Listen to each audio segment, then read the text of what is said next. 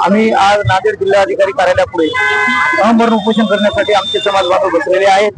या आमरण उपोषणासाठी जिल्ह्यातून सर्व आमचे समाज बांधव या उपोषणाला पाठिंबा देण्यासाठी आलेला आहे। आमच्या फक्त केवळ एक मागण्या अशा आहेत, अनुसूचित जमातीचे कास्ट सर्टिफिकेट आणि कास्ट व्हॅलिडिटी हे आमचे दोनच प्रश्न आहेत। आम्ही अनुसूचित जमातीमध्ये असून आम्हाला समिती व्हॅलिड देत नाही, मग आम्हाला इनव्हॅलिड करते। आम्ही कोर्टात जातो, उच्च न्यायालय आम्हाला व्हॅलिड देतं। आता उच्च न्यायालयामध्ये जाऊन आम्हाला पैसे लागतात। गोरगरीब समाज आहे आमचा, आमच्याकडे एवढे पैसे नाहीये प्रत्येक समाजाकडे आमच्या की एवढे पैसे खर्च करून व्हॅलिड आणावं।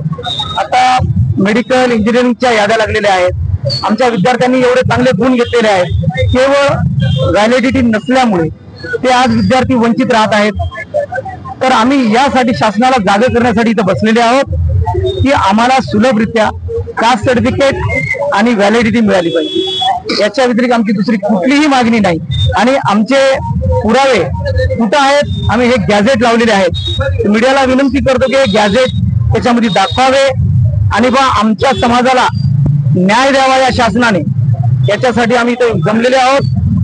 परवा 13/9/2025 रोजी निलंग्या तालुक्यातील आमचा बांधव शिवाजी नेळे नावाचा, त्यांनी या जाताला कंटाळून आत्महत्या केली।